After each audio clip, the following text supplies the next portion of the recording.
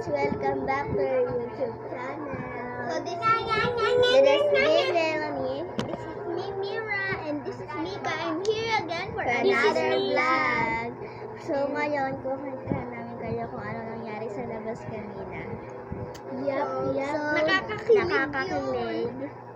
yung kuya namin tapos yung babae. Yes. Para hindi ko na kayo ikwento, Day. Alam niyo ba guys, nung hinawakan yung kamay, alam niyo ba guys, nung una, kasi tinawag nila ako. Sabi niya, asan yung kuya mo? Tapos sabi ko nga, tinawag ko si Kuya Max, sabi ko, tapos hinampas ng babae, Yung ano niya. yung kasama niya, na sexy. Ayun, ano yun. Tapos, nung biglang binalik namin siya kung ano daw account. Tapos sabi naman ng pinsan ko, ay ng kapatid ko, as in pinsan ko na rin siya sa papa.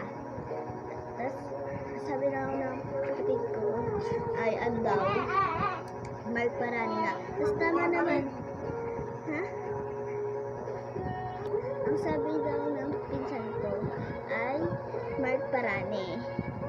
Pero, Friend ko kasi siya, guys, kaya alam ko Pero, pangalan niya, sabi. pero ayun nga talaga yung account niya. Tapos, kinukuha ng sexy na babae yung account ni Niculo. So, pinuntahan namin si Niculo at hinabol namin siya doon sa may paliko dito naman ako sa malayo, sa kabilang kanto. Tapos, ayun, nakita namin si ate, yung sexy na kamotor. Tapos, tumakbo din. Yung paka-sexy ng babae. Tapos, tumakbo din ako doon. Tumakbo din ako doon.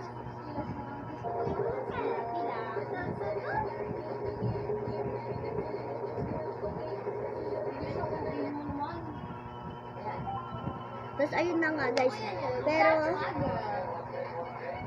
tapos, ang sabi ni Kuya Mac, nung patapos na, di ba nakita namin si ate, inano niya yung account, tapos nung patapos na kami, nung nandun na si Kuya Mac, lumapit siya, gumanon si ate, tapos pumunta siya, naglakad siya, sabi ko, ayun si Kuya Mac sa likod mo. Tapos gumanon siya, guys, tapos naglakad siya. Sabi niya naman ni Kulo, yung account mo daw, pre. Tapos kinukuha daw yung account, sabi niya, ni Kulo, pre, yung account mo, binigay mo. Tapos sabi naman tapos hinawakan ni Kuya Mac, syempre sa kamay. Gabi, sobrang kilig namin noon. Kilig moment yun, guys. Ayun guys, ayun lang. Mag-subscribe na kayo and like. Thank you for watching.